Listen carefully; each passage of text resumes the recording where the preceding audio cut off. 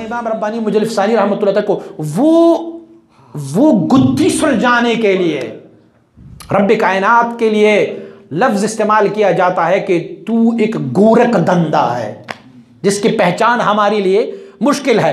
रब्ब कायनात ने मुख्तलिफ ज़मानों में ये याद रखिए कि मुजद्दिद अल्फ सानी है, ये नहीं है कि मुजद्दिद मिआ है, 100 साल का मुजद्दिद नहीं है, मुजद्दिद अल्फ सानी है। और अगर आप उनके अक़वाल को देखें ना कि मशाइख के अक़वाल को कैसे उन्होंने डिफिनेट किया है, तो अगर मैं सैयदना शेख अब्दुल क़ादिर जिलानी रज़ी अल्लाह ताला अन्हु के कलाम का आपकी मकतूबात शरीफ के मुताबिक अगर हवाला दूँ तो हो सकता है मेरे क़ादरी भाई जो है वो नाराज़ हो जाएंगे, लेकिन तहदीस नेमत है, रब जिसको अता फरमा देता है। हुज़ूर फरमाते हैं कि हज़रत शेख अब्दुल क़ादिर जिलानी रज़ी अल्लाह, ये याद रखें जो शाहराह कमालाती विलायत का जो रास्ता है ना वो सैयदना अली मुर्तज़ा रज़ी अल्लाह ताला अन्हु के कदम के अलावा किसी बंदे को नहीं मिल सकता।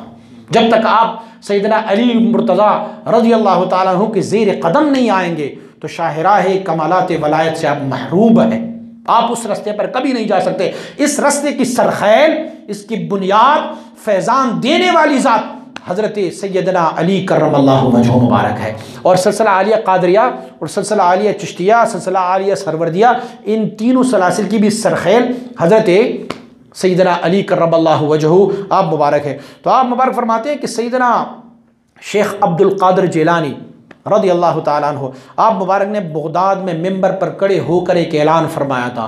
फरमाया कदमी हादा अला रक़बति कुल्ली वलीउल्लाह, मेरा ये कदम जो है ना ये तमाम औलिया के गर्दनों पर है। फरमाया कभी आप लोगों ने ये सोचा है, गौर किया हुआ है कि तमाम औलिया में से मा तक़द्दम औलिया भी आते हैं और मा तअख़्ख़र औलिया भी आते हैं, पहले गुजरे हुए औलिया भी आते हैं और बाद में आने वाले औलिया भी गुजर आते हैं। तो फरमाया क्या सारे औलिया की गर्दनों पर आपका कदम है? तो खुद ही जवाब इनायत फरमाते अगर हम ये तस्लीम कर ले कि सारे औलिया की गर्दनों पर आपका कदम है तो फिर सहाबे किराम तो वो है जिनकी तारीफ रब ने खुद फरमाया और हर सहाबी वली है। तो फिर आपको मानना पड़ेगा कि शेख अब्दुल क़ादिर जिलानी का कदम सहाबे किराम की गर्दनों पर भी था, अबू बकर की गर्दन पे भी था, हज़रत उस्मान की गर्दन पे भी था, हज़रत अली की गर्दन पे, वो नबी तो नहीं थे ना, वली थे सारे, तो उनकी गर्दनों पर था। या आप मुसल्लम करते? कहा नहीं नहीं, लोग कहेंगे नहीं नहीं नहीं, इसको तस्लीम नहीं करते। सहाबे किराम तो मनसूसी वली है जिनके बारे में नस है, रब ने फरमाया लक़द रज़ियल्लाहु अनिल मुमिनीन, अल्लाह रब्बुल इज़्ज़त राज़ी है, और रज़ियल्लाहु अन्हुम व रदू अन्हु, अल्लाह उनसे राज़ी और ये अल्लाह से राज़ी है। और हुज़ूर ने फरमाया अस्हाबी कन नुजूम, फलिहाजा ये मालूम हुआ कि मा तक़द्दम औलिया पर आपका कदम मुबारक नहीं है। फरमाए रह गई बात मुताखिरीन की, तो लोग कहेंगे बाद में जो औलिया आने वाले हैं उन सारों की गर्दनों पर आपका कदम है। फरमाए वहाँ पर भी मुझे एक मसला है कि सैयदना इमाम महदी अला नबीना व अलैहिस्सलातु वस्सलाम जब तशरीफ़ लाएंगे ना, फरमाते वो मनसूसी वली है, फिर ये भी मान लो कि हज़रत महदी के सर पर भी, उनकी गर्दन पर भी आपका कदम है। कहा नहीं, ये भी नहीं मानते क्योंकि वो भी तो मनसूसी वली है और सैयदना शेख अब्दुल क़ादिर जिलानी रहमतुल्लाह तआला अल्लाह की वली तो है, लेकिन हज़रत महदी अलैहिस्सलाम से तो अफजल नहीं है, लिहाजा उन पर भी कदम नहीं। फरमाते अब बच गई एक बात, हम शेख अब्दुल क़ादिर जिलानी रज़ियल्लाहु ताला अन्हु के बात को भी झूठा नहीं तस्लीम करते।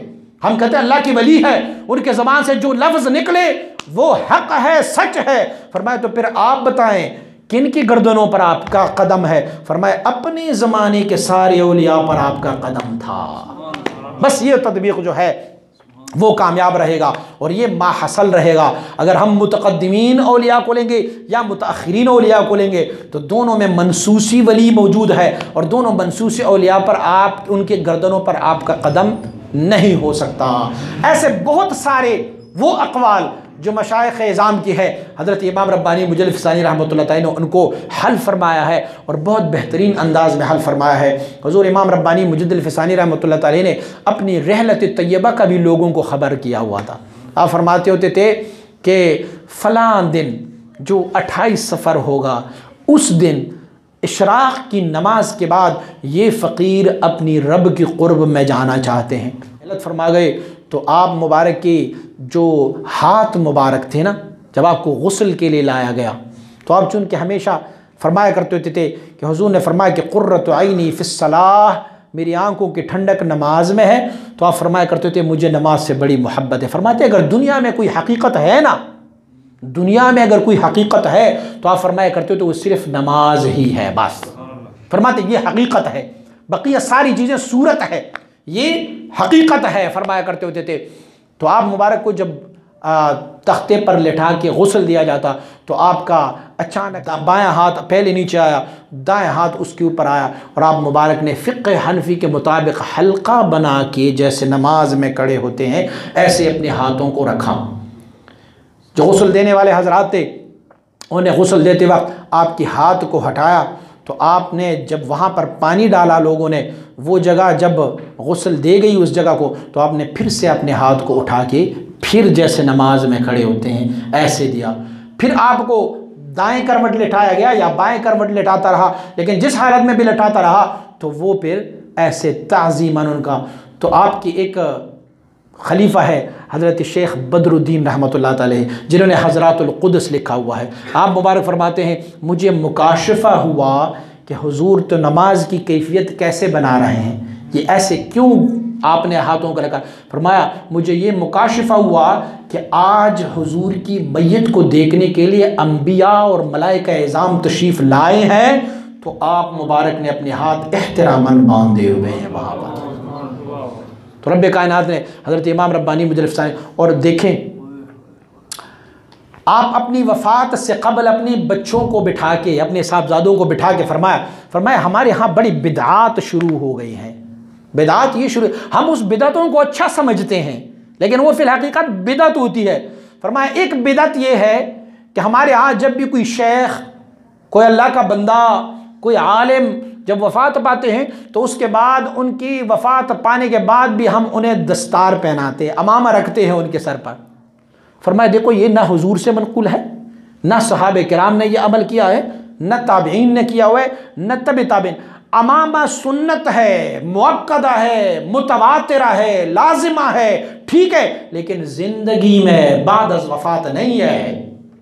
फरमाया वफ़ात के बाद हुजूर ने हमें बताया हुआ है, शरीयत ने हमें बताया हुआ है कि 3 कपड़े हो कफन के और बस यही सुन्नत है। फरमाया मैं जब वफ़ात पाऊँ तो किसी बंदे को ये इजाज़त नहीं है कि वो इस बिदआत को भी मेरे साथ रख के। फरमाया मैं सारी ज़िंदगी बिदआत के ख़िलाफ़ लड़के यहाँ तक आ चुका हूँ, अब इसके बाद भी मुझे इस बिदआत से आप लोग दूर रखें। आप मुबारक की वसीयत पर अमल किया गया और आप मुबारक की मरकद मुबारक को अभी हम्माद साहब नात पढ़ रहे थे मनक़बत, तो शहजाद मुजद्दिद साहब ने उनमें एक लफ्ज़ लिखा हुआ है कि रियादुल खुल्द, कि आपका मरकज़ जो है वो रियादुल खुल्द है।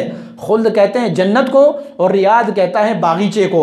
आप मुबारक फरमाते होते थे अपनी हयात में, आपने फरमाया कि मैंने देखा कि काबतुल्लाह की हकीकत यहाँ पर तशरीफ़ लाई है जहाँ पर मेरा कब्र है, और हकीकत काबा यहाँ पर कुछ देर के लिए रुकी और फिर हकीकत काबा से आवाज़ आई कि ये टुकड़ा जो आपकी कब्र का है या आपकी बरकत का जो टुकड़ा है ये जन्नत की टुकड़ों में से एक टुकड़ा है। तो आपका जो, और कोई इतराज़ भी कर सकता है ये कैसे मुमकिन है। हम जवाब देते हैं कि एक आम मोमिन बंदे की कब्र की ये हैसियत होती है कि हुज़ूर सल्लल्लाहु अलैहि वसल्लम फरमाते हैं कि क़ब्रुल मुअमिनी रौदतुम मिन रियादिल जन्ना और हुफ़रतुम मिन हुफ़रिन नीरान, कि कब्र जो है या तो जन्नत के टुकड़ों से एक टुकड़ा है और या जहन्नम के उन आग की वादियों में से एक वादी है। तो अगर आम मोमिन की कब्र के बारे में ये कहा जाता है कि वो जन्नत के टुकड़ों में से एक टुकड़ा है, तो फिर मुजद्दिद अल-फ़िसानी का जो कब्र होगा वो कैसे होगा। और कानून फितरत ये है कि रब्बे कायनात ने जिस बंदे को जिस मिट्टी से बनाया होगा ना, उनकी जो कब्र होगी, उनके मदफन जो है वही जगह बन जाती है। तो रब्बे कायनात ने मुजद्दिद अल-फ़िसानी रहमतुल्लाह तआला को बक़ियत तीनत मुस्तफ़ा सल्लल्लाहु अलैहि वसल्लम से बनाया हुआ था। तो जब बक़ियत तीनत मुस्तफ़ा भी शामिल है, तो जब आपकी बारगाह मुबारक वहाँ पर हो तो वो यकीनन जन्नत की बागीचों में से एक बागीचा है। और आपने हमें एक बिशारत भी अता फरमाई है, फरमाया मेरे मुरीदो आप डरो मत।